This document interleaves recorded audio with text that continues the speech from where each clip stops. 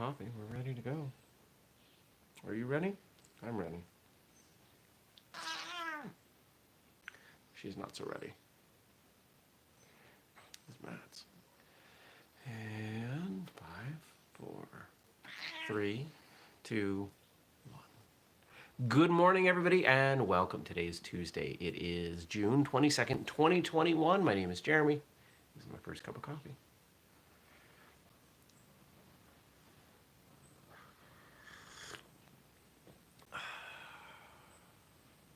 It was hot yesterday. Got up to 93. It was 89 in the shade on the front porch, which is covered. So it may have even been hotter than that. With the sun and the humidity, it was much hotter than that. It was gross. I walked out of the house at like 10:30 and just checked on the garden, and that was it. I didn't leave the house the rest of the day. We had some crazy thunderstorms, and that was part of why I didn't leave at the end of the day. Where are you going? Where are you going? No, stay here. Stay here. There's no. She wants to get behind me. She thinks that this is a blanket, and that there's a way to get underneath it, which we are definitely not permitting. Yesterday wasn't anything too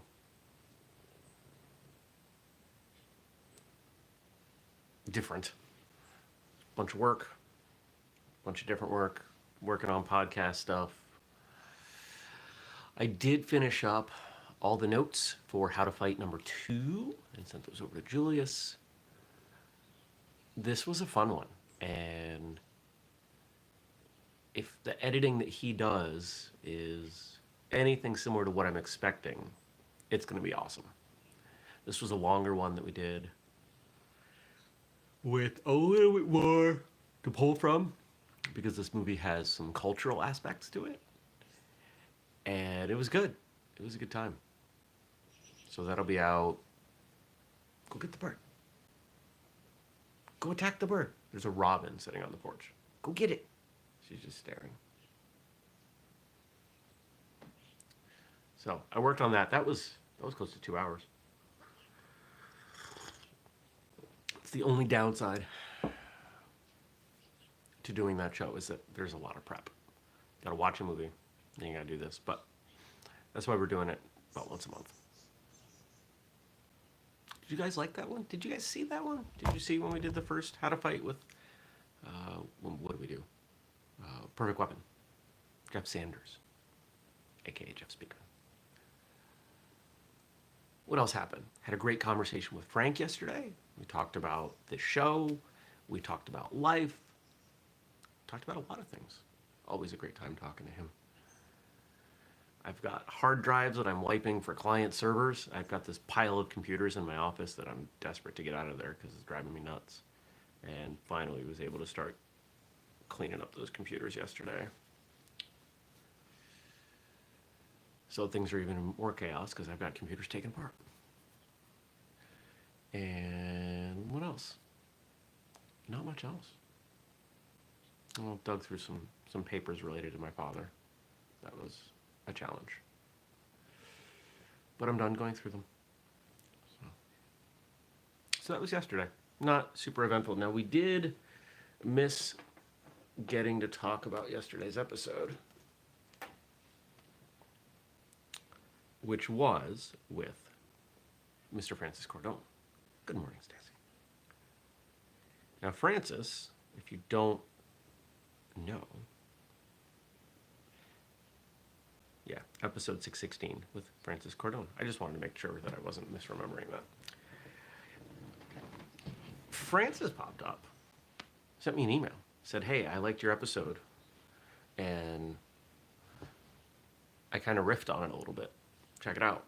And I went and I watched it, and the guy had great stuff to say and added on to it. And so we've just been talking since, and he interviewed me on his show, and we got him on ours, and there's some future collaborations coming. Just a really nice guy, very similar to my take on martial arts. Let everybody do their thing and train and get better and enjoy.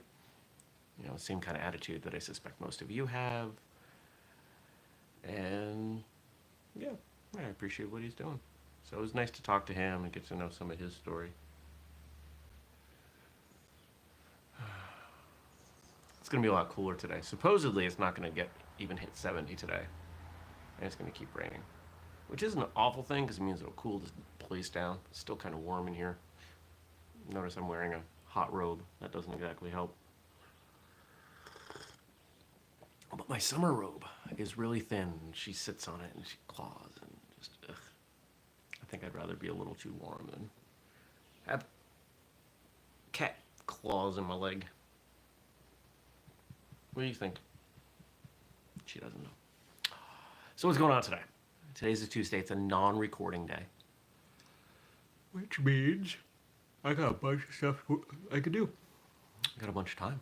Today's schedule's a little more open. A lot more open than yesterday's. Got a conversation with Justin coming. We'll be talking about Marshall Journal. We'll be talking about issue 2. We'll be talking about the recruitment effort that we're in the midst of. If any of you want to write for Marshall Journal, like, it's a lot of fun. It's in terms of daily traffic, it is our biggest site. We get more people going to Marshall Journal than we do to Martial Arts Radio or whistlekick.com or any of the other things that we're doing. So if you want exposure, if you have things that you want to say that you want people to hear, Marshall Journal is the place. We're not going to pay you for it. It is a completely volunteer effort. The website is. Even the editors, the only time money happens is with the print magazine. That's part of why we wanted to grow into that. And you know who gets the opportunities to write for pay in the print magazine? The people who write for the website. So keep that in mind. If you want to write, just shoot me an email. I'll get you in touch with Justin. So we got that going on.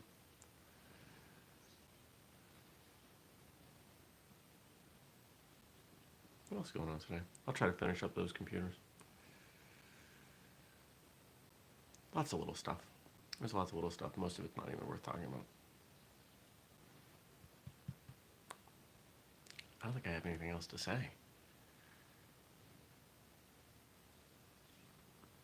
I don't have anything else to say. So, I'll see what you guys have to say.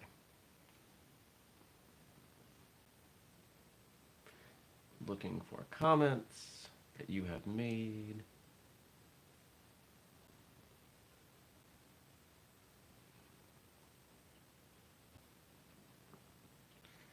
Boom. Here we go. Oh, cool. On this day in 1984, The Karate Kid was released.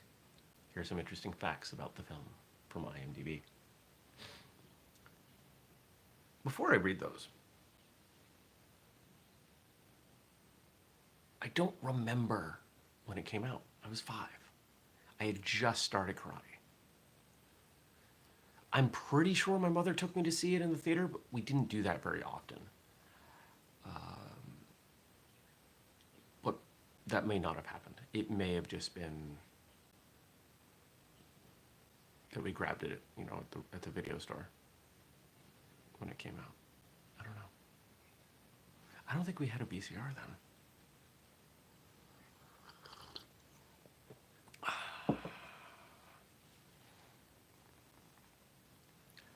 When I think back to that movie,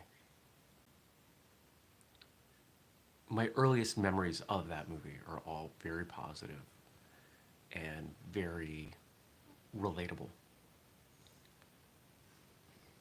I've always been picked on. I've always been picked on because of martial arts.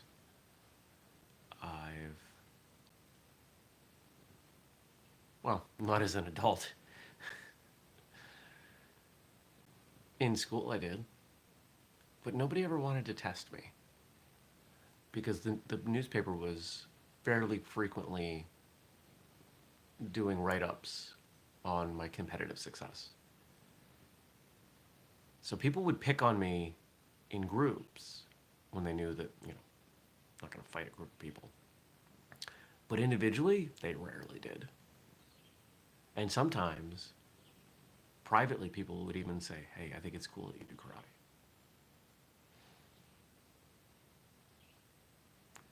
there was a part of me, there were definitely some times that I probably should have put an elbow into somebody's face, but I didn't. And I wonder if that would have made things better or worse. You know, I've got my experience. We've got this movie as a different experience. Certainly didn't make Daniel's life easier. But who knows what would have happened if he hadn't.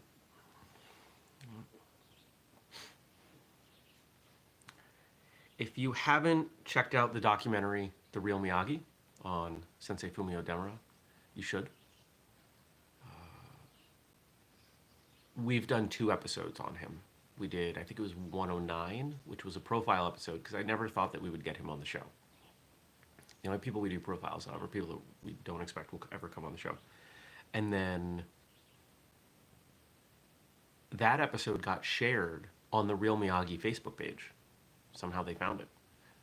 And I wrote to them and I said, hey, if there's ever a chance, I was emailing with Sensei Demura within 24 hours, which was pretty awesome. And he came on the show. We chatted for about 35 minutes, 20 minutes, 30 minutes. It wasn't a super long episode, but it's there. You can check it out. I really, really appreciate the fact that I got to talk to him. And in that conversation led to some friendships. There's a gentleman who trains under him who has been on the show, Bob Scrawny, and we're Facebook friends, and I get to see what's going on with Sensei Demura from time to time because he'll post about him. So that's really cool. So let's get into these facts.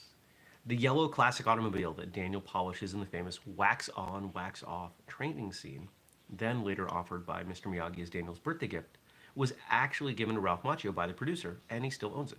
The car's a 1948 Ford Super De Luxe. There are a handful of scenes that are so iconic from that movie, right? You got the crane kick at the end, and you've got the wax on, wax off. If you ask most people, even people who've never seen Karate Kid, what do you think of when you think Karate Kid? It's going to be crane kick, or it's going to be wax on, wax off. And so to think of that vehicle and all the vehicles that he waxes, it's just, man.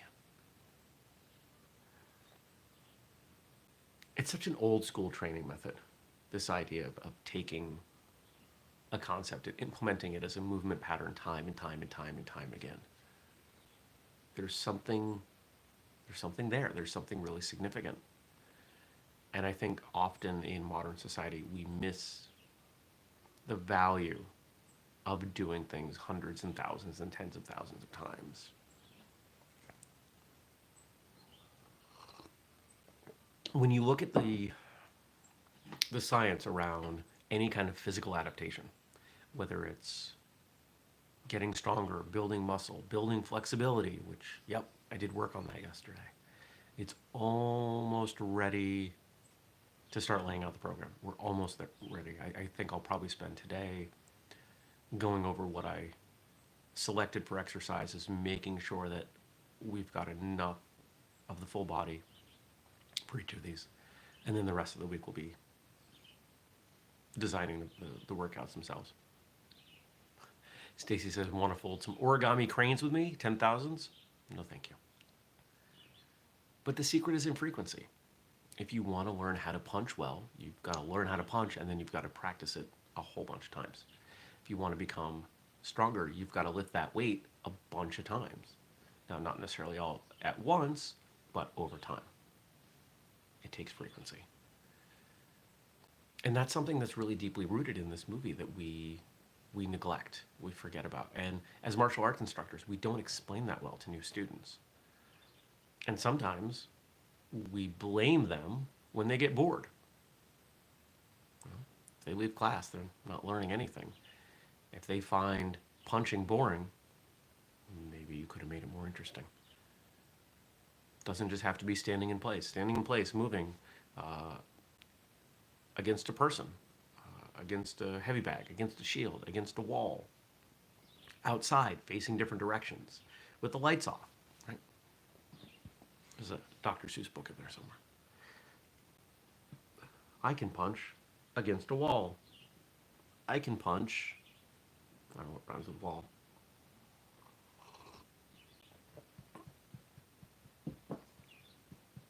She's so skinny. She's so skinny. She's skin and bones.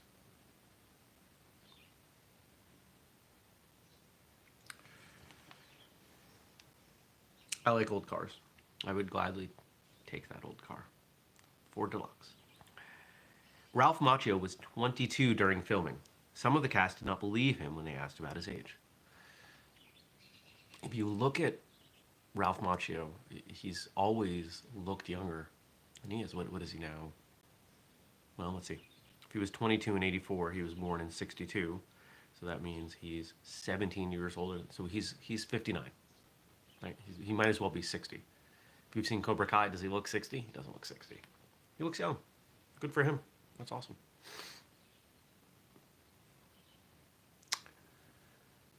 There's something to that. I don't know. Looking younger than you are. It's not something you like as a kid. Who wants to be 5 and have people think that they're younger? Kids get all bent out of shape about that. People have always assumed I'm younger than I am just because I'm not tall. There's something about that height seems to correlate. And the fact that, the only gray I have is down here. I gotta shave. I was gonna do that yesterday. Then I didn't want to, so I'll probably do it this morning. Shave, cut my hair.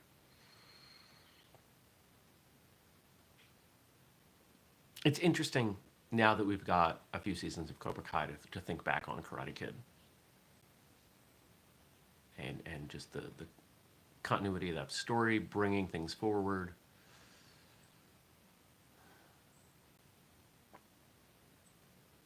I listened to an interview with William Zabka. He's referenced as both, depending on the source. Podcast is WTF from Mark Maron. I don't think I've talked about this. And it was a really interesting conversation. And I'm glad I watched it, listened to it. And if you're at all a fan of Cobra Kai, you probably should check out that show, because most of what they discussed was either about Cobra Kai or leading up to. And it was, added some depth to my understanding of him as a person.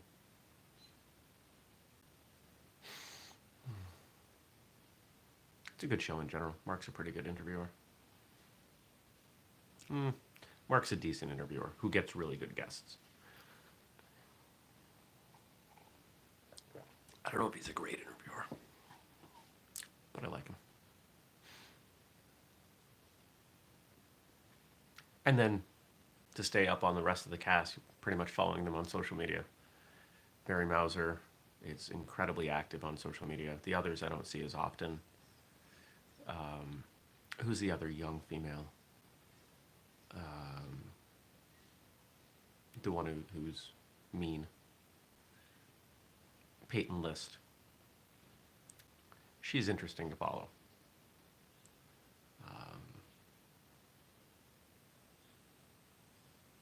Yeah, I won't say anything more because I don't think I can say it without being judgmental, and I don't want to be judgmental. Number 3, the studio wanted to drop the drunk Miyagi scene, feeling it slowed the pace down. Director John G. Avildsen argued for it and has felt it was the scene that got Pat Morita nominated for an Oscar. I think it's an important scene because it gives depth to his character. It helps us understand a lot about who Miyagi is and why he lives the way that he does. And it makes his befriending of Daniel really significant, even more significant. And if you haven't seen the movie in a while, you should go back and watch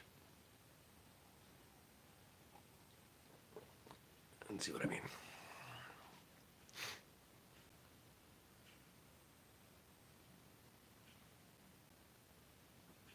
Yeah. When I watch the movie, it's hard for me to not feel very strongly for Pat Morita's character. His portrayal of Miyagi, despite the fact that there's so many cheesy elements in this movie. We've talked about this many times. But there's something that, despite the cheese, is pretty darn good. I'm not going to call it perfect, but it's pretty exceptional. And Miyagi's the glue that holds the film together. Without him, the movie wouldn't be worth watching. You could swap out any other character. You can't swap him out. Right, Buzz? What do you think?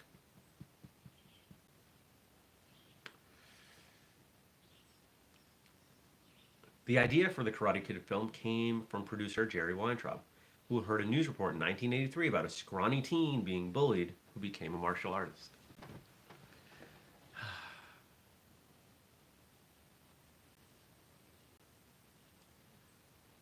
When we talk to people on martial arts radio, inevitably their why, their reason for training comes up. And it's more than a few people that had the need for some defensive skills. It's not everybody, but it's quite a few people. They start training because they need to start training.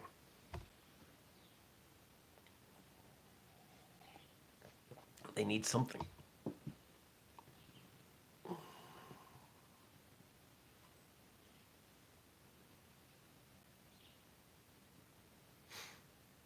That wasn't my why. I'm glad it wasn't. I'm glad I wasn't in one of these physically violent situations.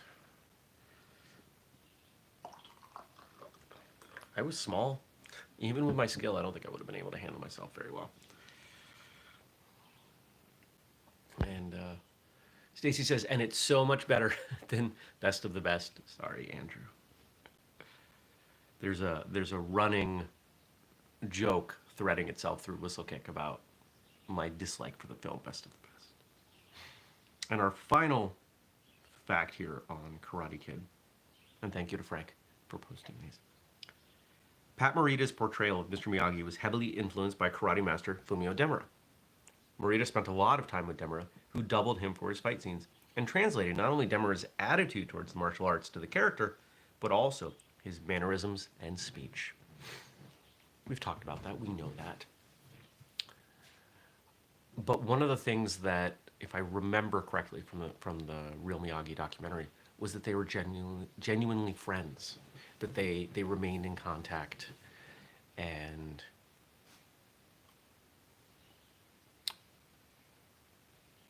Morita's reverence for the martial arts skill that Demura had, that, you know, I'm not going to speculate why. I'm not going to pretend to know, you know, whether it was shared heritage or what.